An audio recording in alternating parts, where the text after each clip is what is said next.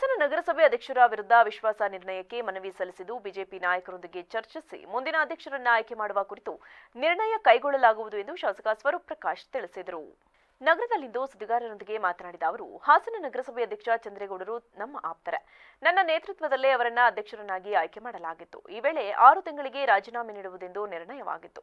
ಆದರೆ ಅಧ್ಯಕ್ಷರು ಮಾತು ತಪ್ಪಿದ್ದು ಅವರ ವಿರುದ್ಧ ಅವಿಶ್ವಾಸ ನಿರ್ಣಯಕ್ಕೆ ಮನವಿ ಸಲ್ಲಿಸಲಾಗಿದೆ. ಏಪ್ರಿಲ್ 16ರ ಬುಧವಾರ ಉಪಾಧ್ಯಕ್ಷ ಸ್ಥಾನಕ್ಕೆ ಚುನಾವಣೆ ನಡೆಯಲಿದ್ದು, ಅಧ್ಯಕ್ಷರು ಅವಿಶ್ವಾಸ ಗೊತ್ತುವಳಿಗೆ ಸಮಯ ನಿಗದಿ ಮಾಡದೇ ಇದ್ದಲ್ಲಿ ಉಪಾಧ್ಯಕ್ಷರಿಗೆ ಮನವಿ ಸಲ್ಲಿಸಲಾಗುವುದು ಎಂದ ಅವರು, ಅಧ್ಯಕ್ಷರ ಆಯ್ಕೆ ವಿಚಾರಕ್ಕೆ ಸಂಬಂಧಪಟ್ಟಂತೆ ಈವರೆಗೂ ಬಿಜೆಪಿ ಪಕ್ಷದ ನಾಯಕರೊಂದಿಗೆ ಚರ್ಚಿಸಿಲ್ಲ.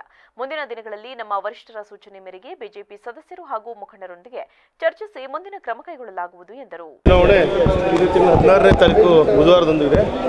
ಪಕ್ಷದ ವರಿಷ್ಠ ಅಂತ ನಮ್ಮ ಸನ್ಮಾನ್ಯ ಎಚ್ ಡಿ ರೇವಣ್ಣವರು ನಮ್ಮ ನಗರಸಭೆ ಸದಸ್ಯರು ಮತ್ತು ಎಲ್ಲರನ್ನೂ ಕೂಡ ಒಂದು ಸಭೆಯನ್ನು ಕರೆದಿದ್ದಾರೆ. ನಮಗೆ ಮುಂದೆ ಇರುವಂಥದ್ದು ನಗರಸಭೆ ಉಪಾಧ್ಯಕ್ಷ ಚುನಾವಣೆ. ಅದು ಚುನಾವಣೆ ತದನಂತರ ಉಪಾಧ್ಯಕ್ಷರು ಈ ಅಧ್ಯಕ್ಷರ ಒಂದು ಅವಿಶ್ವಾಸಕ್ಕೆ ಒಂದು ದಿನಾಂಕವನ್ನು ನಿಗದಿ ಮಾಡಬೇಕು.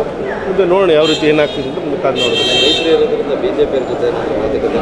ಇನ್ನೂ ಯಾವುದು ಚರ್ಚೆ ಮಾಡಿಲ್ಲ. ಮುಂದಿನ ದಿನಗಳಲ್ಲಿ ನಮ್ಮ ಹಿರಿಯ ಮುಖಂಡರು ಎಲ್ಲ ಪಕ್ಷದ ಹಿರಿಯ ಮುಖಂಡರು ರೇವಣ್ಣವರು ಮತ್ತು ಬಿಜೆಪಿಯ ಮುಖಂಡರೆಲ್ಲ ಸೇರಿ ಚರ್ಚೆ ಮಾಡಿ ತೀರ್ಮಾನವನ್ನು ಕೈಗೊಳ್ತಾರೆ.